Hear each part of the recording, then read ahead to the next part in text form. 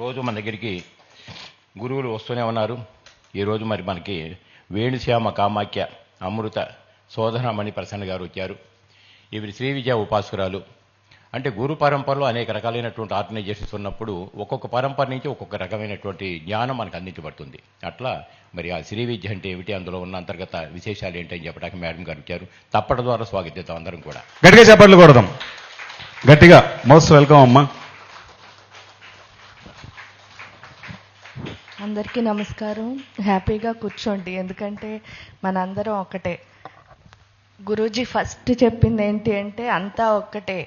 ఆ ఒక్క మొక్క నచ్చే అసలు శ్రీ విద్య అన్న దాంట్లోకి రావడానికి కారణం. ఎందుకంటే శ్రీ విద్య అంటే ఏంటి అని ఏమీ తెలీదు.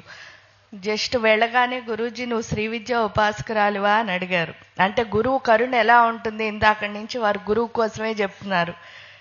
అంటే తెలియదు గురూజీ శ్రీ విద్య అంటే ఏంటో అని అంటే లలితా సహస్రం చదవడం వచ్చా అని అడిగారు. అంటే చదవడం వచ్చు గురూజీ అంటే అయితే శ్రీ విద్యా ఉపాసకురాలువే అన్నారు.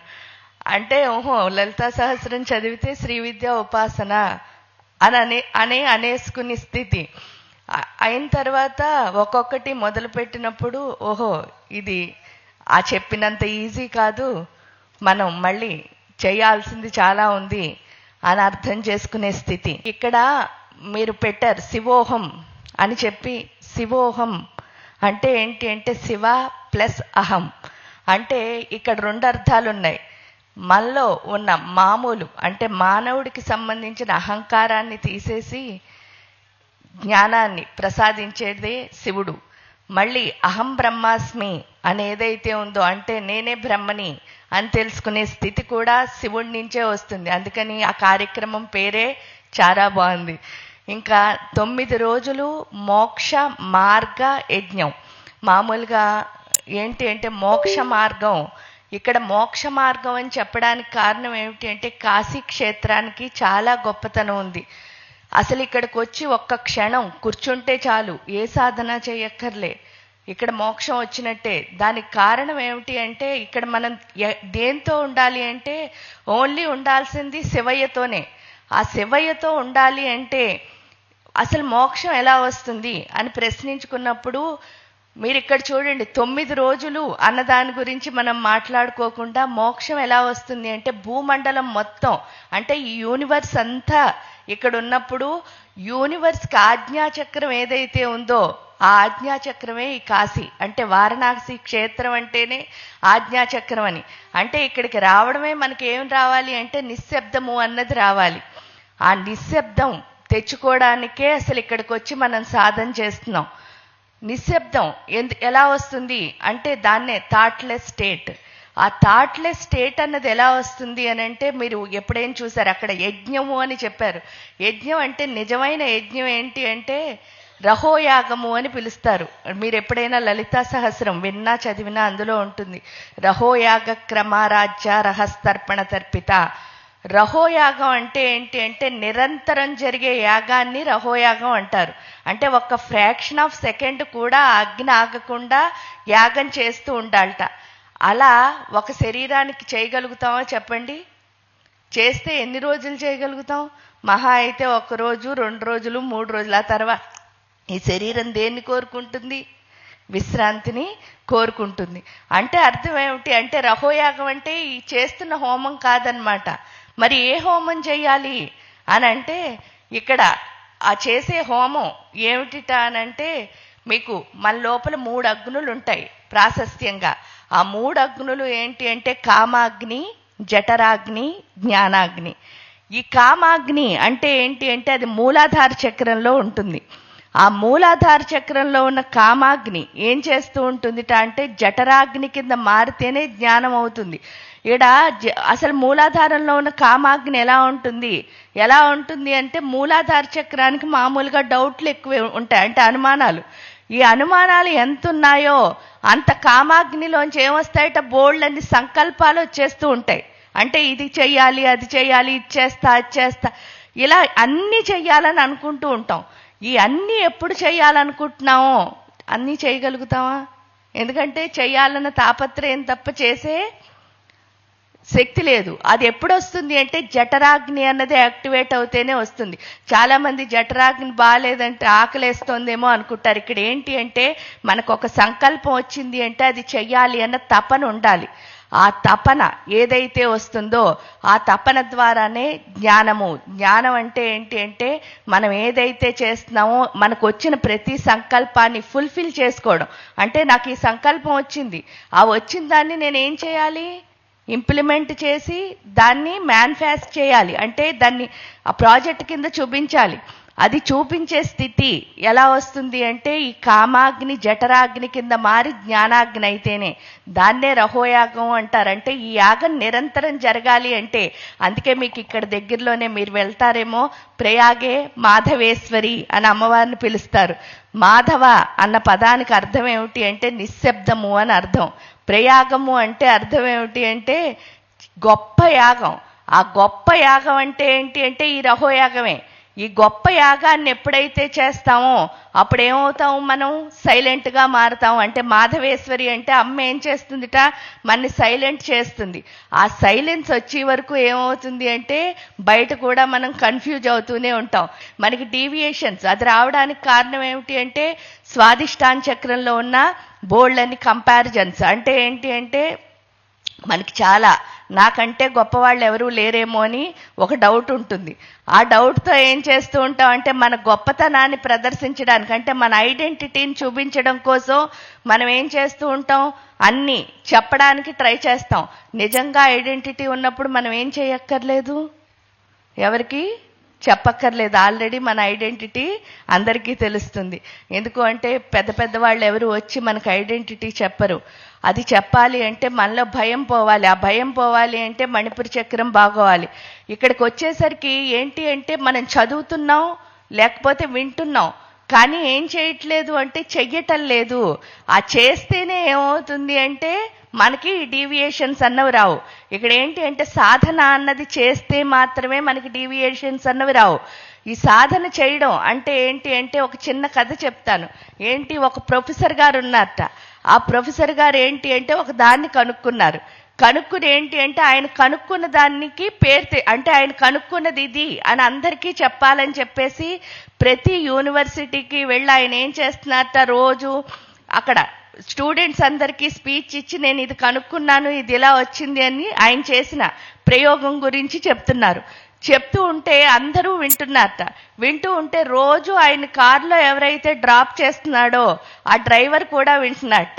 వింటూ అతను ఏమనుకున్నట్ట అంటే ఏంటి రోజు ఈయన ఇదే చెప్తున్నాడు, వీళ్ళు వింటున్నారు, కానీ డిఫరెంట్ పీపుల్ కాబట్టి వాళ్ళు వింటున్నారు. రోజు నేను వింటున్నాను, నాకు ఆల్రెడీ ఇదంతా తెలిసిపోయింది. తెలిసిపోతే రోజు చెప్పిందే ఎందుకు చెప్తున్నాడు అని డౌట్ వచ్చి, రోజు ఇదే చెప్తున్నావు, వాళ్ళు వింటున్నారు, నువ్వు ఒక రోజు రెస్ట్ తీసుకో, నేను చెప్తాను అని అంటట. అంటే డ్రైవరు అనగానే ఈ ప్రొఫెసర్, ఎందుకు అంటే గురువులు ఎప్పుడు నాలెడ్జ్ ఉన్న వాళ్ళు ఎప్పుడు ఏంటంటే వాళ్ళ జ్ఞానం ఉంటుంది తప్పితే గమ్ముని తొందరపడరు దేనికోసం. ఎప్పుడైతే తొందరపడలేదో ఆయన ఏమన్నట్ట, తప్పు లేదు, నీకు వచ్చేసినప్పుడు నువ్వు చెప్పే నాయన అని చెప్పేసి పేపర్లన్నీ ఇచ్చి అతన్ని చెప్పమన్నట్ట. చెప్పమనేసరికి ఏమైంది, యూనివర్సిటీకి వెళ్ళారు. ఇంకో యూనివర్సిటీకి చక్కగా ఆయన రోజు ఏ ప్యాటర్న్లో అయితే చెప్తున్నాడో సేమ్ ప్యాటర్న్లో చెప్పాట. చెప్పేసరికి అందరూ చప్పట్లు కొడతారు అనుకున్నట్ట. నిజంగానే అయిపోయిన తర్వాత మంచిగా చప్పట్లు కొట్టారు. చప్పట్లు కొట్టిన తర్వాత ఏం చేశారట అంటే వాళ్ళు మళ్ళీ కింద నుంచి క్వశ్చన్స్ వస్తాయి కదా, ప్రశ్నలు వేయడం మొదలు పెట్టారట. ఇది ఇలా వస్తే ఎందుకండి ఇలా వచ్చింది, ఇది ఎలా వస్తే ఎందుకండి ఇలా వచ్చింది అని చెప్పేసరికి వీడికి ఏం రాదు, ఆన్సర్ చెప్పడం రాదు. అంటే సాధనకి సాధన లేకుండా చెప్పడానికి డిఫరెన్స్ అదే అన్నమాట. కాబట్టి మనం ఎంత సాధన చేస్తామో అంత బాగా. ఎందువల్ల అంటే ప్రతి ప్రశ్నకి ఎక్కడ ఆన్సర్ ఉంటుంది, సాధనలో. అంటే మనకే ఆన్సర్ ఎప్పుడైతే వస్తుందో అప్పుడే మనం చెప్పిన దానికి విలువ ఉంటుంది. ఇప్పుడు మనకే ఆన్సర్ తెలియనప్పుడు మనం దేన్నో చూసి, ఎందువల్ల రామాయణం చదివామనుకోండి, ఈ సృష్టిలో అందరూ ఎవరిని ఊహించుకుంటారు, నేను రాముణ్ణో సీతనో. ఎందుకంటే ఏ కథ చదివినా ఆ కథలో హీరోయిన్నే మనం అనుకుంటాం. అంతేకాని రావణాసురుడు నేను అనుకునేవాళ్ళు ఎవరైనా ఈ భూమి మీద ఉంటారా, ఉండరు. కానీ నిజ జీవితంలోకి వచ్చేసరికి మనందరం ఎవరో రావణాసురులమే. దానికి కారణం ఏమీ లేదు, మన లోపలున్న అరిషడ్ వర్గాల్ని మనం ఏం చేయలేదు, వదల్లేదు. అరిషడ్ వర్గాలు మన లోపల ఎప్పుడైతే ఉన్నాయో ఉన్నంతసేపు మనం ఏమనుకుంటున్నాం అంటే స్పీచ్ ఇవ్వడం వేరు, కానీ మన అనుభవం వేరు. అదే తెలుసుకోవాలి ఇక్కడ. ఈ స్పీచ్ మన లోపల ఏమి ఎక్కువగా ఉండిపోతాయి అంటే అరిషడ్ వర్గాల్లో అన్నిటినీ వదిలించుకోవచ్చుట, ఒకదాన్ని మాత్రం వదిలించుకోలేంట. అది లలితా సహస్రమే చెప్పింది. అదేంటి అంటే నిష్క్రోధ క్రోధ సమని అని అంటారు. మిగతావన్నీ నాశని అంటుంది. అంటే మనం సాధన చేస్తే మిగతావన్నీ పోతాయిట, కానీ కోపం మాత్రం ఏమవుతుందిట, ఎప్పుడు మనతోనే ఉంటుందిట. అది శమింపచేస్తుంది, అంటే పడుకోబెడుతుంది. మనం ఏ సాధన చేసినా సరే సాధన ఎప్పుడు మనలో ఉన్న కోపాన్ని ఏం చేస్తుందిట, నిద్రపుచ్చుతుంది. మళ్ళీ మనం సాధన మానేస్తే ఏమవుతుంది, ఎందుకంటే వాయిస్ అంటే మాట అన్నది మూలాధార చక్రం నుంచి గొంతులోంచి బయటకు వస్తుంది. ఈ మూలాధార చక్రంలో ఉన్న కోపం అలా పైకొచ్చి గుండెల్లోకి వచ్చేసరికి సాధన ఏం చేస్తుందిట, పోలే ఏం చేయకు అని చెప్తుంది. చెప్పేసరికి గొంతులోంచి ఏమొస్తుంది, మామూలుగా కరుణరసం అంటే మంచిగా మాట్లాడడం వస్తుంది. అంటే ఇక్కడ వరకు ఆ కోపం వచ్చింది. ఈ శమింప చేయడం ఎందుకండి, కోపం వల్ల ఏంటి ట్రబులు అని అంటే, మీకు విశ్వామిత్రుడు తెలుసు అందరికీ, బ్రహ్మరిషి విశ్వామిత్రుల వారు. ఆయన చాలా గొప్ప ముని. అయితే ఆయన ఏం చేశారట, ఒక 1000 సంవత్సరాలు తపస్సు చేశారట. 1000 సంవత్సరాలు తపస్సు చేసేసరికి ఏమైందిట, ఇంద్రుడు వచ్చి ఆయన ఏం చేశాట, ఆయనకి అహంకారం ఉందని తెలుసు కదా, ఆయనలో ఉన్న అహంకారాన్ని అంటే లేపడానికి ట్రై చేశాడు. ట్రై చేసేసరికి ఈయన వెంటనే ఏం చేశాట, నేను ఇంత సాధన చేశాను కదా, ఆ సాధనతో నాకు శక్తి వచ్చింది, ఆ శక్తితో నేనేం చేయగలను అంటే, వీడికి ఎందుకు పొగరు అంటే ఇంద్రుడికి అతనికి స్వర్గం ఉంది కాబట్టి నేను కూడా అలాంటి దాన్నే క్రియేట్ చేశాను అనుకో, అప్పుడు నేను అతను ఏమవుతాం అనుకున్నాడు, ఈక్వల్ అయిపోతాం అనుకున్నట్ట. అనుకుని ఏం చేశాడు, త్రిశంకు స్వర్గం అని ఒక స్వర్గాన్ని క్రియేట్ చేశాడు. ఎప్పుడైతే ఈ త్రిశంకు స్వర్గం అన్నదాన్ని క్రియేట్ చేశాడో, క్రియేట్ చేసిన తర్వాత ఆయనకు అర్థమైన విషయం ఏమిటి అంటే, రోజు రోజుకి నేను ఎంత తప్పు చేశాను, ఎందుకు అనంటే నేను ఇంత సాధన చేశాను, ఈ సాధన ద్వారా నాకు వచ్చిన శక్తిని నేనేం చేయాలి అంటే, మా గురువుగారు అమృతానందనాథ్ సరస్వతుల వారు వీరెప్పుడూ ఒక విషయం చెప్పేవారు. ఏంటి అంటే, మనకి ఏదైనా కనుక సాధనలో ఒక శక్తి వచ్చిందనుకో, ఆ శక్తిని ఎందుకు వాడుతున్నాను అంటే, సపోజ్ చూడండి, చాలా మంది నీటి మీద నడుస్తానని అంటారు, లేకపోతే గాల్లో తేల్తానని అంటారు. ఇవన్నీ శక్తులే కదా మనం చేయడం వల్ల. ఆ శక్తులు ఎలా వస్తాయి అని అంటే, మనం సాధన చేయడం ద్వారా ఏదైనా పని చేసే పార్ట్ని కనుక మనం ఆపేసాము అంటే, ఆ పార్ట్లో ఏమవుతుంది, ఎనర్జీ అన్నది పెరిగిపోతుంది. ఇప్పుడు మనం సాధన చేస్తే ఎప్పుడూ పనిచేస్తున్న పార్ట్ ఏది ఆగిపోతుంది, మైండ్. ఎప్పుడైతే ఈ థాట్స్ అన్నవి ఆగిపోతున్నాయో, అది ఆగడం ద్వారా మనం ఏమనుకుంటే దాన్ని సాధించగలుగుతున్నాము. ఇక్కడికి వచ్చేసరికి ఏమవుతుంది అంటే, ఎప్పుడైతే అది జరుగుతుందో, గురూజీ ఎప్పుడూ చెప్పేవారు ఏంటంటే, నీటి మీద నడిచే శక్తి వచ్చిందనుకో, ఆ శక్తిలో నేను ఒక్కదాన్ని నడిచి గొప్ప పేరు సంపాదించుకుంటానా, లేకపోతే ఒక షిప్ని క్రియేట్ చేసి బోల్డంతమంది అదే నీటి మీద నుంచి ప్రయాణం చేసేటట్టు చేస్తానా అంటే, ఆ విచక్షణ జ్ఞానం ఎప్పుడు ఎవరికి ఉండాలి అంటే సాధకుడికి ఉండాలి. అక్కడ లేనప్పుడు ఏమవుతుందంటే, ఇలాగే త్రిశంకు స్వర్గం సృష్టించారు వారు. సృష్టించిన తర్వాత ఆయన చాలా గొప్ప ఋషి, మనందరికీ తెలుసు. త్రిశంకు స్వర్గాన్ని ఎప్పుడైతే సృష్టించారో, సృష్టించిన వెంటనే కొన్ని రోజులకి ఆయనకు అర్థమవుతూ వచ్చిందిట, నేను చేసిన పని ఎంత తప్పు. ఎందుకు అంటే, ఎవరు వెళ్ళినా స్వర్గం అంటే అక్కడికే వెళ్తారు కానీ ఇక్కడికి రారు. అది ఎప్పుడైతే అర్థమైందో, నేను చాలా తప్పు చేశాను అన్న పశ్చాత్తాపంతో మళ్ళీ ఆయన, ఎందుకంటే నా అహంకారం వల్ల ఇదంతా జరిగింది, ఆ అహంకారం వల్ల జరిగింది అని తెలియగానే వెంటనే ఆయన ఏం చేశారు అంటే, మళ్ళీ తపస్సు మొదలు పెట్టారట. తపస్సు మొదలుపెట్టి ఇదే విధంగా 1000 సంవత్సరాలు తపస్సు చేశారు. చేసేసరికి ఏమైంది అంటే, ఈసారి నేను వస్తే అతను ఇంక పడ్డు అని ఎప్పుడు అర్థమైందో, ఇంద్రుడు ఏం చేశాట, మేనక అనే అమ్మాయిని పంపించాడు. ఎప్పుడైతే ఆ మేనక ఆవిడ వచ్చారో, ఆవిడ ఏం చేశారు, ఈయన్ని శుభ్రంగా అన్నిట్లో మంచిగా చూసుకున్నారు. తర్వాత ఏమైందంటే, కామం వల్ల ఏమైందిట అంటే, కామంతో ఇద్దరు ఎంజాయ్ చేశారు. ఫైనల్లీ ఆవిడ వెళ్ళిపోయింది. అప్పుడు ఈయనకి అర్థమైంది ఏంటి అంటే, నేను చాలా తప్పు చేశాను, అంటే చిన్న అక్కడ చేయకుండా ఉండుంటే బాగుండు అని అన్నప్పుడు 3వ సారి తపస్సు చేస్తారట. ఇది చాలా మందికి తెలియదు. 3వ సారి ఇదే 1000 సంవత్సరాలు తపస్సు చేసిన తర్వాత ఆయన ఏం చేస్తారట అంటే, ఆయన మామూలుగా తపస్సు చేసుకుని వచ్చేస్తూ ఉంటే ఇంద్రుడు ఎవరిని పంపడు, వశిష్ఠుల వారు ఎదురొస్తారట. వశిష్ఠుల వారు ఎప్పుడైతే ఎదురొచ్చారో ఇంక వశిష్ఠుడిని చూడగానే ఆయనకి చాలా కోపం వచ్చి తిట్టడం మొదలు పెడతాట. ఏమీ లేకుండా.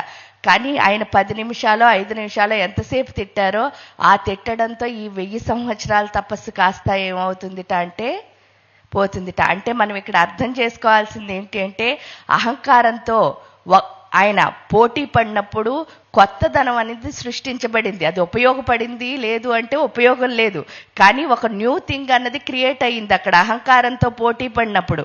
ఇంకా కామంతో పోటీ పడినప్పుడు ఇద్దరికీ ఎంజాయ్మెంట్ వచ్చింది. ఆ ఎంజాయ్మెంట్ వల్ల కూడా కొత్త సృష్టి వచ్చింది. ఆ సృష్టి శకుంతలాదేవి. అది అయిపోయి అంటే ఒక అందమైన అద్భుతమైన సృష్టిని ఇప్పటికి కూడా అందరూ ఆ శకుంతల అంటేనే చాలా గొప్ప, అంటే అంత అద్భుతమైన సృష్టి వచ్చింది కామం వల్ల. కానీ కోపం వల్ల అసలు ఏమీ ఉపయోగం లేకుండా మనం చేసిన అన్ని 1000 సంవత్సరాల తపస్సు కాస్త ఏమైందిట, ఓ 10 నిమిషాల్లోనో పావు గంటలోనో పోగొట్టుకున్నాం. అంటే కోపం అన్నిటికంటే అక్కర్లేని అరిషడ్వర్గం. అంటే ఆ అరిషడ్వర్గం మనకుందా? మనం ఎంత సాధన చేసినా సరే ప్రతిసారి కోపం పడిన ప్రతిసారి సాధన కాస్త ఏమవుతూ ఉంటుంది, వెళ్ళిపోతూ ఉంటాం. అంటే వంపుతూ ఉంటాం, ఎత్తుతూ ఉంటాం అనమాట. అది ఎప్పుడు నింపడం అనేది లేదు. అది అక్కడ అర్థం చేసుకోవాల్సిన విషయం. అందుకనే ఏంటి అంటే నిరంతరం సాధన చేయాలి. అంతేకాని 4 గంటలు చేసా 3 గంటలు చేసా మళ్ళీ అది కూడా అహంకారమే. ఎందుకంటే చూడండి, చాలా మంది చెప్తారు ఇక్కడే 1,000 లలిత పారాయణ చేశానండి అని చెప్పడం కూడా మీరు వింటూ ఉంటారు. అంటే ఆ 1,000 లలిత పారాయణ నేను చేశాను అనే కదా అక్కడ చెప్తున్నాము. అంటే అది కూడా ఏంటి, అహంకారమే. అంటే సాధనలో ఎప్పుడు ఏముండకూడదు, మనకి అహంకారం ఉండకూడదు. అంటే నేను చేశాను అన్నది ఎప్పుడైతే మనం ఐడెంటిఫికేషన్. అందుకే ఎప్పుడు మాలతో ఇన్ని మాలల మంత్రం చేశాను అని కూడా చెప్పొద్దనేవారు గురూజీ. ఏంటి అంటే ఆ మాలలతో అసలు పని లేదు. అక్షరమాల అంటే నీ శరీరంలో ఉన్న ప్రతి చక్రంలోనూ ఉన్న పాయింట్లు ఏవైతే ఉన్నాయో, సపోజ్ విశుద్ధి చక్రం చుట్టూ 16 కళలు ఉంటాయి. ఆ 16 పాయింట్లలో 16 సార్లు. అంటే ఏంటంటే నీ లోపలే ఆ మంత్రాన్ని ప్రతిష్ఠించుకుంటే సరిపోతుంది. అది ఎప్పుడు అర్థమవుతుంది అని అంటే, ప్రతిష్ఠించుకుంటే ఏమవుతుందండి అని అంటారు మామూలుగా. అంటే ఒక చిన్న సంఘటన చెప్తాను. ఒక టెంబర్ డిపో ఉందిట. ఒక ఆయన ఎవరో టెంబర్ డిపో అని పెట్టుకుని ఆ డిపోతో చాలా బాగా, ఎందుకంటే చిన్న కథలా చెప్తే మనకి ఏమవుతుందంటే బాగా అర్థమవుతుందని చెప్తున్నాను. అయితే ఒక టెంబర్ డిపో పెట్టుకున్నట్ట. అందులో ఆయన ఏం చేశాట అంటే కోట్లు బాగా సంపాదించాడు. ఇంకా చుట్టూ ఉన్న వాళ్ళకి ఏం మొదలైందిట అంటే, చూడు వీడు ఇంత చిన్న టెంబర్ డిపో పెట్టాడు, కట్టెలు అమ్ముతూ ఇంత బాగా సెటిల్ అయ్యాడు అని చెప్పేసి చాలా మంది కోపం వచ్చిందిట. కోపం వచ్చి జలసీ పడ్డం మొదలు పెట్టేసరికి ఈ లోపల ఏది కారణమో తెలియదు, ఆ టెంబర్ డిపో కాస్త అంటుకుని ఏమైందిట అంటే మొత్తం అన్ని పుల్లలు కాలిపోయేసరికి ఇంక ఈ జలసీ పడిన ఫ్రెండ్స్ అందరూ ఉన్నారు కదా, వాళ్ళందరూ ఆయన దగ్గరికి వచ్చి ఏం చేశారట, లోపలేమో సంతోషం, బయటకు ఏం మాట్లాడుతున్నారట అంటే, పాపం నీ టెంబర్ డిపో కాలిపోయిందిట కదా, నువ్వు బాధపడుతున్నావేమో, నిన్ను హ్యాపీ చేయడానికి వచ్చావు, ఇలా చెప్పుకుంటూ వస్తున్నారట. చెప్పుకుంటూ ఎప్పుడైతే వస్తుంటే అంతా విన్నట్ట. విని ఈయన మాత్రం ఏం చేస్తున్నట్ట అంటే శుభ్రంగా సిగరెట్ కాల్చుకుంటూ హాయిగా తాపీగా కూర్చున్నట్టు, అంత టెంబర్ డిపో కాలిపోతే. ఆయన ఏం చెప్పాడు అంటే, ఒక విషయాన్ని మనం ఫ్యాషన్లా చేస్తే ఎలా ఉంటుంది, ప్యాషన్లా చేస్తే ఎలా ఉంటుంది, అంతే డిఫరెన్స్. ఫ్యాషన్లా చేస్తే ఏం చేస్తారు అంటే, ఆ టెంబర్ డిపో కాలిపోయినందుకు లబో దిబ్బోమంటూ ఏం చేస్తూ ఉంటారు, ఏడుస్తూ ఉంటారు. ఈ ఫ్రెండ్స్ అందరూ వచ్చి పలకరిస్తూ ఉంటారు. కానీ ఈయన తాపీగా ఎందుకు కూర్చున్నాడు అంటే, కాలిపోయినవన్నీ పుల్లలు కదా, చివరికి అవి ఏమయ్యాయంటే బొగ్గులు అయ్యాయి. ఇప్పుడు పుల్లల వ్యాపారం బదులు నేను ఏ వ్యాపారం చేయొచ్చు అని చెప్పాట. అంటే అర్థం ఏమిటి అంటే, అది ప్యాషన్ అయిందనుకోండి మనకి చిన్న. అందుకే ఏంటి, చాలా మంది లక్కీగా వచ్చిందండి అంటారు. లక్కీగా ఎప్పుడైతే వస్తుందో దానికి ఏముండదు. దేన్నైనా ఏం చేయాలి, కష్టపడి సంపాదించాలి. ఆ కష్టపడి సంపాదించాలి అన్నదే కాశీలో తెలుస్తుంది. ఎందుకంటే ఆజ్ఞాచక్రం ఏం చేస్తుంది అంటే హార్డ్ వర్క్ చెయ్యని నేర్పిస్తుంది. ఎందువల్ల చూడండి, 3 కళ్ళు ఉన్నాయి కదా, థర్డ్ ఐ అంటే అర్థం ఏమిటంటే ఆ మూడో కన్ను ఎప్పుడు హార్డ్ వర్క్ చేయమనే చెప్తుందిట. చాలా మంది నేను పనిచేసా అంటే చదివేసుకున్నాను, లేకపోతే ఈరోజు ఎక్కువ పనిచేశాను, ఎక్కువ ధ్యానం చేశాను, ఏది చేసినా టైర్డ్ అయిపోయాను అంటారు, లేకపోతే ఎక్కువ తిరిగాను అని. ఏది చేసినా మనం టైర్డ్ అవ్వం అసలు. ఎందుకంటే 24/7 ఎప్పుడు ఉత్సాహంగా ఉండడమే సాధన అంటే. అది ఏ సాధన అయినా సరే, స్కూల్కి పిల్లల్ని పంపి చదివించారు, అది వాడి లక్ష్యం కనుక అయితే ఏమవుతుంది అని అంటే ఎప్పుడు వాడికి అలసట రాదు. ఎందువల్ల రాదండి అంటారు. ఇక్కడ జ్ఞానానికి ఉన్న గొప్ప శక్తి. జ్ఞానాన్ని సరస్వతి అనుకుంటే ఆ సరస్వతి అమ్మవారు ఏం చేస్తుందిట అంటే లక్ష్మిని పార్వతిని తీసుకొచ్చేస్తుంది. ఎందువల్ల అంటే పార్వతీదేవి ఏమిస్తుంది మనకి? ఎప్పుడు ఉత్సాహం ఇస్తుంది. అంటే ఏం చేసినా సరే మనం ఎలా చేయాలని చెప్తుంది ఆవిడ? ఉత్సాహంగా చేయాలని చెప్తుంది. ఇంకా ఉత్సాహంగా మీరు చేస్తూ మీ దగ్గర జ్ఞానం ఉంది, అప్పుడు లక్ష్మి వస్తుందా రాదా? వస్తుంది. అక్కడ ఏంటి అంటే 9 రోజులు అని చెప్పారు కదా, ఈ రోజు 8వ రోజని అంటే రేపు 9వ రోజని నిజంగా నాకు తెలీదు. నాకు శృతి గారు ఫోన్ చేశారు, ఫోన్ చేసి రమ్మని అడిగితే 3వ తారీఖు నాకు బెస్ట్ అమ్మ, ఆ రోజు రాగలను అని చెప్పాను. కాకపోతే అది ఎందుకో 8కి వచ్చింది. ఈ 8 అంటే 8వ రోజు నేను రావడం అయింది. నిన్న వాళ్ళు మళ్ళీ ఫోన్ చేసి కొంచెం మార్పు కావాలి అంటే ఈ రోజుకి రావడం అయింది. అయితే ఇక్కడ 8కి 9కి ఉన్న సంబంధం ఏమిటి అని అంటే 8 ఆ సంఖ్యకి చాలా విలువ ఉందిట. ఆ విలువ ఏమిటో అంటే మీరు 8వ ఎక్క ఎప్పుడైనా చదివితే చూడండి, 8 1 8, 8 2 ఎంత 16, అంటే 1కి 6 కలిపితే ఎంత అవుతుంది? 7 అవుతోంది. 8 3 24, 2కి 4 కలిపితే ఏమవుతుంది? 6. అలా మీరు ఎక్కం మొత్తం చూస్తే ఒక్కొక్కటి తగ్గుతూ వస్తుంది. ఆ ఒక్కొక్కటి తగ్గించుకోవడం 8లో ఉంది. అంటే అష్టమికి ఉన్న లక్షణం ఏమిటి? అందుకే పౌర్ణమి ముందొచ్చే అష్టమి కానీ, అమావాస్య ముందొచ్చే అష్టమి కానీ, చంద్రుడు కళ ఒకే విధంగా ఉండే తిథది. అంటే అష్టమి రోజు మనకి ఏమొస్తుందిట? ఫోకస్ అంటే కాన్సన్ట్రేషన్ అన్నది వస్తుంది. ఎందుకంటే కళ అన్నది మారదు అక్కడ. దానికి తోడు ఈ అష్టానికి ఉన్న లక్షణం ఏమిటి అంటే ఆత్మ శరీరం అనుసంధానం అయితేనే ధ్యానము అన్నది వస్తుంది. అది మీ అందరికీ తెలుసు. కానీ ఆ ధ్యానంలోకి మనం వెళ్ళాలి అంటే ఆత్మ శరీరం కలవకపోవడానికి గల ఒకే ఒక కారణం ఏమిటి అంటే ఆత్మ చుట్టూ 8 పాశాలు చుట్టుకుంటాయి. ఆ 8 పాశాలు ఎప్పుడైతే చుట్టుకున్నాయో ఏమవుతోంది అంటే ఆ పాశాల్లో మనం ఏమవుతున్నాం? భయంతో ఆ వచ్చే శక్తిని ఏం చేస్తున్నాం? ఇన్వైట్ చేయలేకపోతున్నాం. అంటే దాన్ని లోపలికి తెచ్చుకోలేకపోతున్నాం అనమాట. ఆ లోపలికి తెచ్చుకోలేని స్థితి 8 ఏం చేస్తుంది? శుభ్రంగా కట్ చేసేస్తుంది. ఆ కట్ చేసేసి 8 పాశాలు ఏవైతే ఉన్నాయో అది 8వ రోజు. అదేమిటి అంటే ఫస్ట్ పాశం పేరు లజ్జ. అంటే మనకి ఏంటంటే చాలా మొహమాటాలు ఉంటాయి. వీళ్ళకి చెప్తే ఏమనుకుంటారో, వాళ్ళు చేస్తే ఏమనుకుంటారు, ఇలా అనుకుంటూ మనం ఏం చేస్తాం? అన్నీ మనలోనే దాచేసుకున్నాం అనుకుంటూ ఏం చెయ్యం? దాచం. అన్నీ చెప్తూ ఉంటాం కానీ మొహమాటం. అంటే ఏంటంటే ముందుకి వెనక్కి ఎవరు లాక్కుంటున్నారు? మనమే లాక్కుంటున్నాం. ఆ లజ్జ అన్నది ఎప్పుడైతే పోతుందో ఆ పాసం, అప్పుడు ఎప్పుడు ముందుకు వెళ్ళడమే, అసలు వెనక్కి లాక్కోవడం అన్నది ఉండదు. ఇంకా 2వ పాసం పేరు ఏంటి అంటే భయం.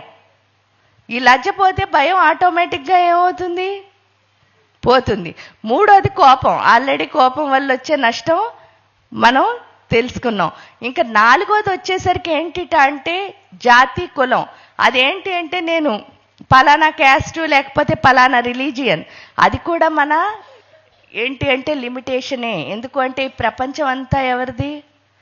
మందే. ప్రకృతి మొత్తం మందే. తెలుసుకుంటే ప్రకృతి మొత్తం మనమే ఉన్నాం. ప్రకృతి అంతా ఎవరి లోపల ఉంది? అది తెలియడానికి మీకు ఎగ్జాంపుల్ ఏమీ లేదు. ఒక బెలూన్ చూడండి. ఆ బెలూన్ నిండా గాలి ఊదుతున్నాం. ఆ గాలి ఊదినప్పుడు బెలూన్ ఏమవుతుంది? పైకి ఎగురుతూ ఉంటుంది. కానీ బెలూన్ లోపల గాలి ఉందని అది అనుకుని ఏం చేస్తోంది? ఆకాశం వైపు ఎగురుతూ ఉందిట. కానీ బెలూన్ బయట కూడా గాలి ఉందా లేదా? ఉంది కదా. అంటే ప్రాణం అన్నది 2 చోట్ల ఉంది. అదే విధంగా ఇక్కడ ఉంది, అక్కడ ఉంది, మధ్యలో కూడా ఉంది. అంటే మనందరం ఎవరు? ఒకటే అని చెప్పడానికి ఇంకెంతకంటే ఎగ్జాంపుల్ ఏమీ లేదు. కానీ ఇందులోపల ప్రాణం ఉన్నంత వరకు మనం ఏమనుకుంటున్నాం? అహంకారంతో నేనే గొప్ప అని ఆకాశం వైపు చూస్తున్నాం. కానీ ఎంత ఆకాశం పైకి ఎక్కేసినా సరే మనం నుంచోవాల్సిన ప్రదేశం ఏమిటిట? భూమే. అదొక్కటి అయిపోయిన తర్వాత, ఈ ప్రాణం పోయిన తర్వాత కూడా కలిపేసే ప్లేస్ ఏంటి? భూమి. అది కనుక మనకు అర్థమైందా, ఎప్పుడు మనకి రాకూడదు ఏంటి? అహంకారం. ఆ అహంకారం అంటే రెండింటి మధ్యలోనే మనిషి ఎదగకుండా అయిపోతాడు. ఒకదాన్ని అహంకారం అంటారు, రెండో దాన్ని మమకారం అంటారు. ఈ రెండు కారాలు మన ఏం చెయ్యట? ఎదగనేవో. మీరు కారం తిన్నా పర్వాలేదు, కానీ ఈ రెండు కారాలని మాత్రం లైఫ్లోకి రానివ్వకూడదు. ఎందుకు రానివ్వకూడదు అంటే ఆ రెండు కారాల్లో ఏ కారం కూడా మనకి ఏం చేయదు? మోక్ష మార్గం ఇవ్వదు. అది అర్థమైందా? ఇంకా 9కు ఇంపార్టెన్స్ ఏంటి లైఫ్లో అంటే, 9 చూస్తే చూడండి, 9తో దేన్ని మల్టిప్లై చేసినా మళ్ళీ ఏమొస్తుంది? 9. అంటే అర్థం ఏమిటి అంటే, జ్ఞానము అన్నది ఎప్పుడు ఎలా ఉంటుందిట? స్థిరంగా ఉంటుంది. అంటే స్థిరం, అది ఇంకా మారడానికి ఏమీ లేదు.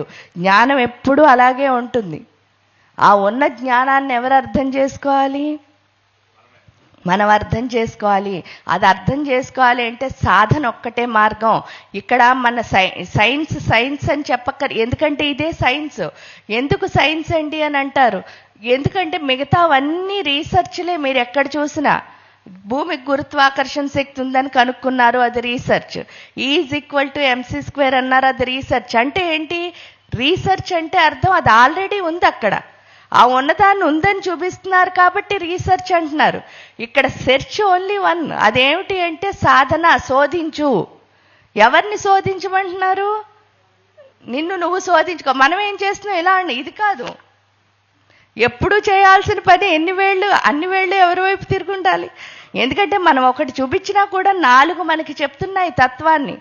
ఏంటి అంటే నువ్వు వేటిని చూపించక్కర్లేదు, నిన్ను నువ్వు చూసుకో. ఆ 5వది ఒక్కటి నీ వైపు తిప్పేసుకుంటే చాలు, నీకంటే గొప్పవాడెవరు లేరు. అది అర్థం చేసుకోవడమే సాధన అంటే.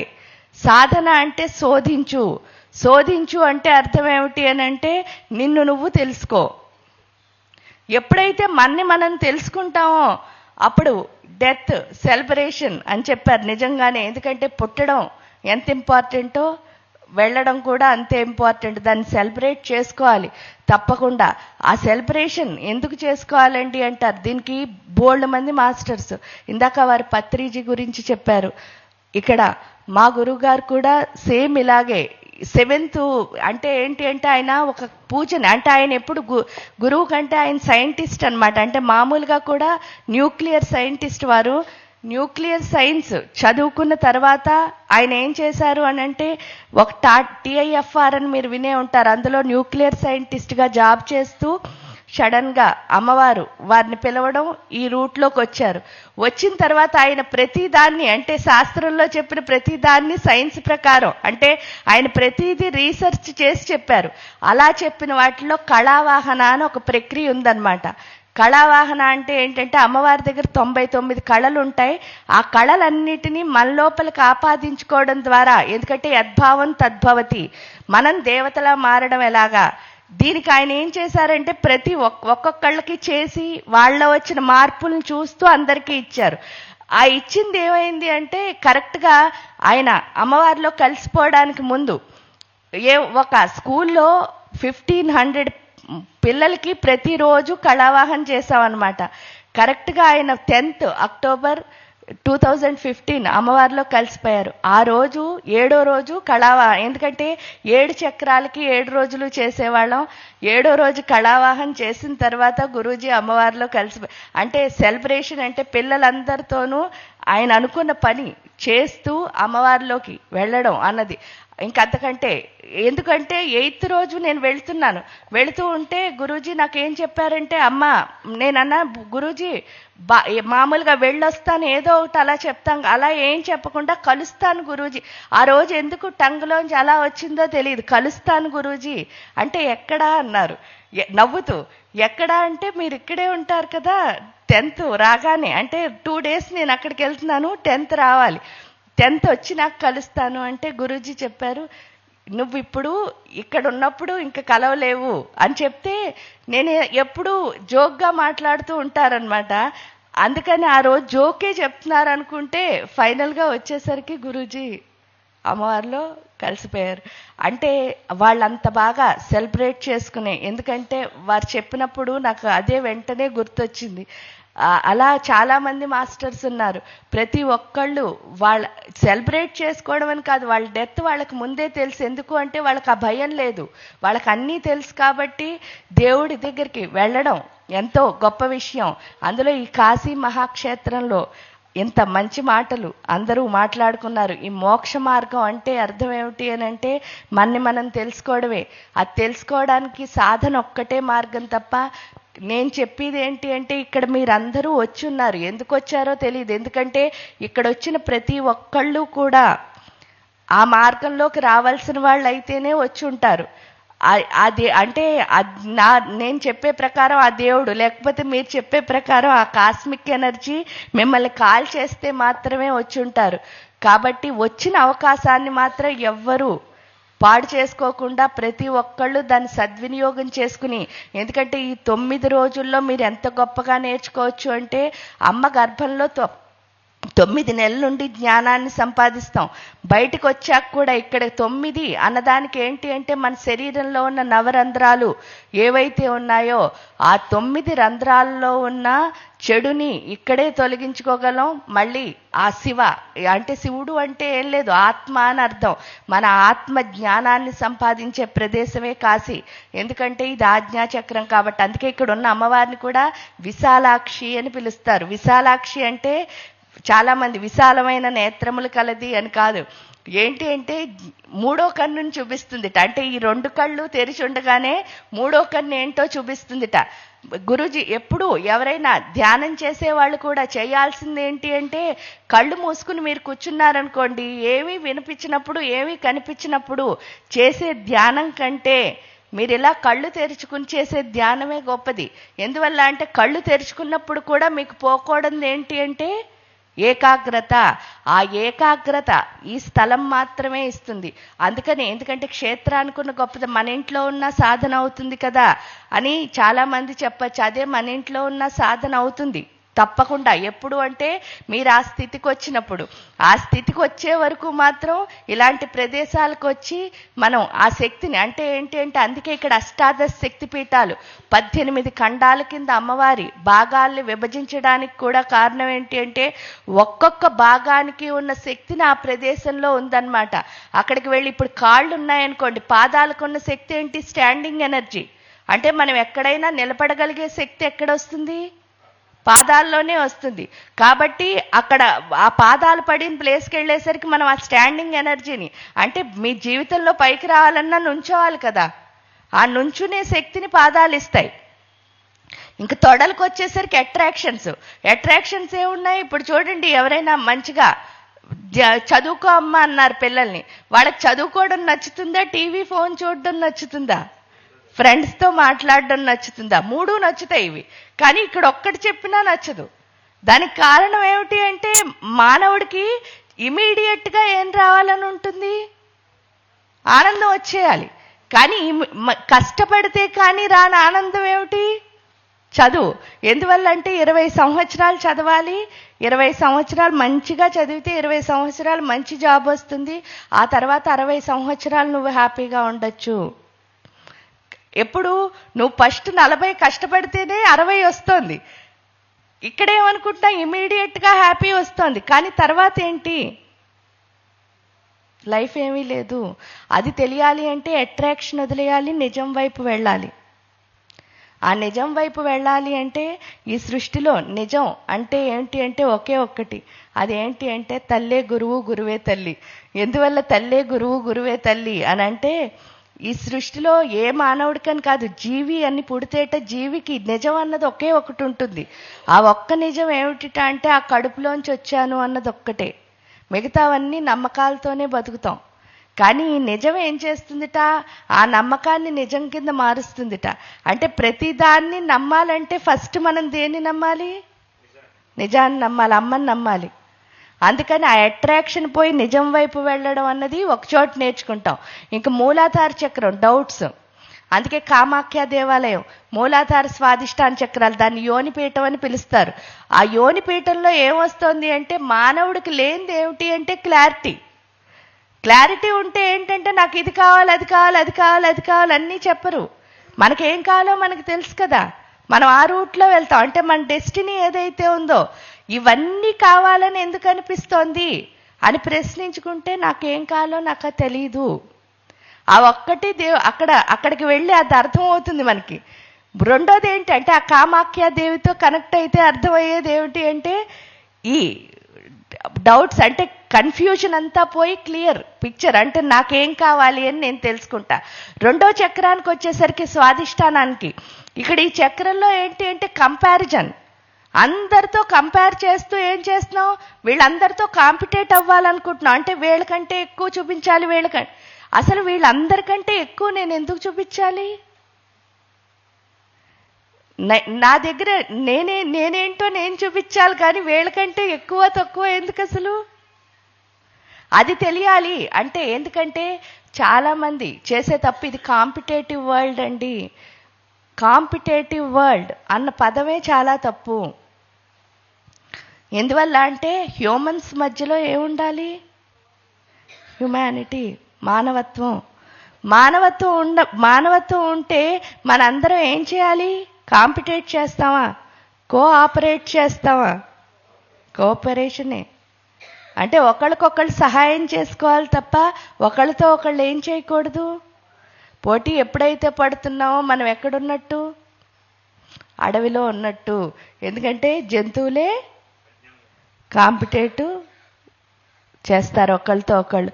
అందువల్లే ఎప్పుడు బాధపడుతూనే ఉంటాం. ఎందుకంటే ఒకసారి గెలుస్తున్నాం, ఒకసారి ఓడిపోతున్నాం. గెలిచిన ప్రతిసారి ఏమంటాను, నేనే గొప్ప. ఓడిపోయిన ప్రతిసారి వాళ్ళని చూసి ఏడుస్తూ ఉంటాం. ఆ జెల్సీ అంతా. ఎందుకంటే నేచర్కి మీరేమిస్తే అదే రిటర్న్ బ్యాక్. మీరేమిస్తున్నారు? బాధనిస్తున్నారు. అప్పుడు బాధే కదా వస్తోంది. ఇక్కడికి వచ్చేసరికి స్వాధిష్టాన చక్రంలో ఆవిడ ఏం నేర్పిస్తుంది అంటే నువ్వు పక్కవాడిని చూసి ఏడిస్తే నీకేం మిగులుతోందని తెలుస్తోంది? ఏడిపే. అంటే నువ్వు ఆనందంగా ఉండాలంటే ఫస్ట్ అందరినీ చూసి నువ్వేం చేయాలి? ఆనందపడాలి. అది ఎప్పుడైతే అర్థమైందో ఇంకా అక్కడికి అంటే కామాఖ్య దేవాలయానికి వెళ్తే మనకు అర్థమయ్యేది అది. ఎప్పుడూ ఆనందంగా ఉండడం విత్ క్లారిటీ, అది తెలుస్తుంది రెండో చక్రంలో. ఇంకా మనం నాభిస్థానం పడిన ప్లేస్ మణిపుర చక్రం. ఈ మణిపుర చక్రానికి వెళ్ళేసరికి ఏంటి అంటే మన భయాలతో మనం ముందుకు వెళ్ళటంలే, వెనక్కి వెళ్ళటంలే. ఎప్పుడూ ఏం చేస్తున్నాం? పులి చేయడం, పూసే మనకి మనమే తోసుకుంటున్నాం. దానికోసం ఏం చేస్తామంటే మనం ఎస్కేప్ అయిపోవడం కోసం మన తప్పులన్నీ ఏం చేస్తూ ఉంటాం? ఎదుటి వాళ్ళ మీద తోసేస్తాం. అందుకే తెలుసా, మనం ఒక డెసిషన్ తీసుకోవాలంటే అందరినీ అడగడానికి కారణం ఏమిటి అంటే నిజంగా మీరు డెసిషన్ తీసుకుంటే ఈ సృష్టిలో ఎవరినైనా అడుగుతారా మీరు? మీరు కనుక ఒక డెసిషన్కి ఇంకోళ్ళతో సంప్రదించారు అంటే దాని మీద మీకేం లేదు, క్లారిటీ లేదు. ఎప్పుడైతే క్లారిటీ లేదో మీరు అందరినీ ఎందుకు అడుగుతున్నారంటే తప్పు అయితే వాళ్ళ మీద తోసేయడానికి. రైట్ అయిందనుకోండి అంటే ఎస్కేపిజం అన్నది ఇక్కడ ఉంటుందన్నమాట. ఆ ఎస్కేప్ అన్నది ఎప్పుడైతే ఉందో అక్కడే ఈగో ఉంటుంది. సో ఆ నాభిస్థానం దగ్గరికి వెళ్ళి సాధన చేయడం ద్వారా ఫస్ట్ మనలో ఉన్న భయం, అహంకారం పోయి పక్క వాళ్ళ మీద అస్సలు ఎప్పుడు ఏం చేయకూడదు, తోయకూడదు. ఎందుకంటే ఈ ప్రకృతి అంతా మనకి ఏ స్వరూపం? అమ్మ స్వరూపం అని అర్థమవుతుంది. ఎప్పుడైతే ప్రకృతి మొత్తం అమ్మ స్వరూపం అని అర్థమైందో ఇంకెవ్వరి మీద మనం ఏం చేయకూడదు. ఎందుకంటే మొత్తం మనకు అన్నీ ఇస్తున్నది ఎవరు? ప్రకృతే. ఆ ఇస్తోందని తెలియక మనం ఏం చేస్తున్నాం? దాన్నే ఇప్పుడు నేను మిమ్మల్ని తిట్టాననుకో, రివర్స్లో నాకేమొస్తుంది? అవే వస్తున్నాయి. అదే కనుక నేను మీతో ప్రేమగా ఉన్నాననుకో, నాకు రివర్స్లో ఏమొస్తుంది? ప్రేమే వస్తుంది. అక్కడికి వెళ్ళిన తర్వాత అది అర్థమవుతుంది. అది అర్థమైన తర్వాత ఇంకా ఈ గుండె పడిన ప్లేస్ హృదయం. ఈ హృదయం పడిన ఇక్కడ ఏంటంటే హృదయం ఒక చోట పడిందంటారు, మళ్ళీ ఏంటంటే చెస్ట్ ఒక చోట పడిందంటారు. ఇక్కడ ఈ రెండు చోట్ల పడ్డానికి కారణం ఏంటంటే హృదయానికి ఒక లక్షణం ఉంది, ఈ స్తనద్వయానికి ఇంకో లక్షణం ఉంది. హృదయానికి ఉన్న లక్షణం ఏమిటి అంటే చూడండి, ప్రతి బాడీలో ఉన్న ప్రతి పార్టు కూడా ఎంతో గొప్ప తత్వాన్ని మనకి నేర్పిస్తోంది. అంటే ఈ శరీరం తుచ్చము అని అనకూడదు. ఇది లేకుండా మనం ఏమీ చేయలేం. ఈ శరీరం ఉంటేనే ప్రతి కణం కూడా మనకేం నేర్పిస్తోంది? జ్ఞానాన్నే ఇస్తోంది. అంటే జ్ఞానం వైపు వెళ్ళడానికి ఇక్కడున్న ప్రతి అణువు పనిచేస్తోందనమాట. అది చెప్పడానికే వాళ్ళు 18 శక్తిపీఠాలని ఇచ్చారు. ఆ శక్తిపీఠాలకు ఎందుకు వెళుతున్నాము అని అంటే ఇక్కడ విశాలాక్షి కూడా ఒక శక్తిపీఠం. మనం ఈ శక్తిపీఠాలకు వెళ్తున్నది ఆ ప్రదేశంలో ఉన్న శక్తిని ఎక్కడికి తెచ్చుకోవడానికి, మన లోపలికి తెచ్చుకోవడానికి. అంటే సాధన ఇంకొంచెం ఏమవుతుంది, ఈజీ అయిపోతుంది. కాబట్టి అంటే చాలా ఎక్కువ కష్టపడకుండా కొంచెం ఈజీగా చేసుకోవడానికి మనకి ఈ ప్రదేశాలు ఇచ్చిన అవకాశం అది. కాబట్టి ఇక్కడికి వచ్చినందుకు మీరందరూ ఏంటి అంటే వాళ్ళు ఏదైతే అవ్వాలని పెట్టారో అది అయి వెళ్ళాలి అని అనుకుంటూ, ఎందువల్ల ఒక ఉపాసకుడు అంటే ఏంటి అంటే సాధన చేసే ఒక వ్యక్తి. ఎలాగో తెలుసా అంటే మామూలుగా మీకు తెలుసు, ఒక దేశానికి సరిహద్దుల్లో ఎవరుంటారు, రక్షక ఆర్మీ ఉంటుంది కదా. కానీ ఒక సాధకుడు ఏంటో తెలుసా, ప్రపంచం అంతటినీ కాపు కాసి ఆర్మీ, సైనికుట్ట. కాబట్టి ఆ సైనికుళ్ళ అందరూ పనిచేయాలి అంటే వాళ్ళు పెట్టింది మనం ఏం చేయాలి, ఫుల్ఫిల్ చేయాలి అంటే మనం అటు ఇటు తొణక్కుండా ఇక్కడికి వచ్చిన పని మాత్రం ఏం చేయాలి. ఇక్కడికి ఎందుకు వచ్చాను, ఒకటి ఆలోచించండి. చాలామంది ఇల్లు వదిలారు, పిల్లలుంటే పిల్లల్ని వదిలారు, కొంతమంది ఒక్కళ్ళే వచ్చుంటారు, ఎవరు వచ్చినా అన్నీ వదిలి ఇక్కడికి వచ్చాం కదా. అన్నీ వదిలి ఇక్కడికి వచ్చినప్పుడు ఇక్కడి నుంచి మనం ఏం చేయాలి, అంతకంటే ఎక్కువదేదో తీసుకెళ్ళాలి. అది కంపల్సరీ మీరందరూ తీసుకెళ్తారు అని అనుకుంటూ ఆ అమ్మవారిని, విశాలాక్షి అమ్మవారిని మీ అందరిపైన కరుణ చూపించమని గురువులు పత్రి గారు, గురూజీ అమృతానంద సరస్వతుల వారు అందరూ మీ పైన వర్షం కురిపించి ఇక్కడికి వాళ్ళు తీసుకొచ్చిన పని ఫుల్ఫిల్ అవ్వాలి అని కోరుకుంటూ అందరికీ నమస్కారం. మేడం గారిని పరిచయం చేసేటప్పుడు శ్రీ విద్యా ఉపాసకురాలు అని చెప్పానన్నాం. అనకాపల్లి దగ్గర దేవీపురం అని చెప్పి ఉంటుంది. నిజంగా ఎవరైతే ఒక స్పిరిచువల్ సైంటిస్ట్గా మేడం గారు ఇప్పటివరకు మనకి సెలవిచ్చారో, ఎవరైతే గురువుగా భావించి విద్యంతా కూడా మేడం గారు నేర్చుకుని బయటకు వచ్చారో, ఆ సైంటిస్ట్కి అమ్మవారు వచ్చి కనపడి ముఖాముఖిగా మనం మాట్లాడుకున్నప్పుడు ఎలా అయితే ఎదురుబెదురుగా కూర్చుని మాట్లాడుకుంటామో, అమ్మవారు ఆ సైంటిస్ట్కి ఎదురుగుండా వచ్చి నువ్వు భూమి మీదకి వచ్చిన పర్పస్ ఇది అని చెప్పని ప్రత్యక్షంగా చెప్పి వెనకాల తీసుకువెళ్ళి అక్కడ నిర్మాణం చేసేటటువంటి ప్రతి నిర్మాణం వెనకాల కూడా అమ్మవారి గైడెన్స్ ఉంటుంది. ఏ విధమైన లోటుపాట్లు ఉన్నా కానీ అట్లా కాదు ఇట్లా కాదు అట్లా అని చెప్పని మనం ఎలా మాట్లాడుకుంటాం అలా చెప్పుతూ ఆ సైంటిస్ట్ ద్వారా మొత్తం ఆ నిర్మాణం అంతా పూర్తయింది. శ్రీచక్ర అంటే అర్థం ఏమిటి, శ్రీచక్ర నిర్మాణాలు ఎలా ఉండాలి, ఏ కోణాల మీద ఏవైతే ప్రకృతి దేవతలు ఏ విధంగా ఉంటారు, ఇట్లా ఒకటేని కాదు పరిస్థితి. అక్కడికి వెళ్ళి ఒక పరిశీలన దృష్టితో కనుక మనం చూడగలిగితే ఉదయం 10 గంటల వెళ్తే దాదాపు సాయంత్రం వరకు చూడొచ్చు. అక్కడ దేవీపురం అని చెప్పని అంటాం, అనకాపల్లికి దగ్గరలో ఉంది అదంతా కూడా. మరి అట్లా ఎన్నో ఉన్నాయి మనకి. అయితే ఏమిటంటే చూసామా వచ్చామని కాదు, చూసినప్పుడు అక్కడ ఉన్నటువంటి గొప్పతనం ఏంటి, అక్కడి నుంచి మనం ఏమి నేర్చుకోవాలి, మన జీవితంలోకి దేన్ని మనం ఆస్వాదించగలిగి ఉండాలి. అట్లా అనుకున్నప్పుడు మనం అన్నీ కూడా అర్థమవుతూ వస్తుంటాయి ఒక్కొక్కటి అట్లా. అలా మరి కాశీ యొక్క గొప్పతనాన్ని గురించి కూడా మేడం గారు చెప్పారు. కాబట్టి ఇన్ని రోజులు చక్కగా గురువులు వచ్చి మనకు అనేక రకాలైనటువంటి కోణాల్లో వారికి ఉన్న పరిజ్ఞానాన్ని మనం అందిస్తూ వచ్చారు. అవన్నీ చక్కగా మనం స్వీకరించి జీవితంలో మనం ఎట్లా ఇంప్లిమెంట్ చేయాలి అవన్నీ అలా చేసినప్పుడు మన అనుభూతి పొందడానికి వీలవుతూ వస్తుంటాయి. మరి పద్మ మేడం వచ్చేసి మేడం గారిని చిరు సన్మానం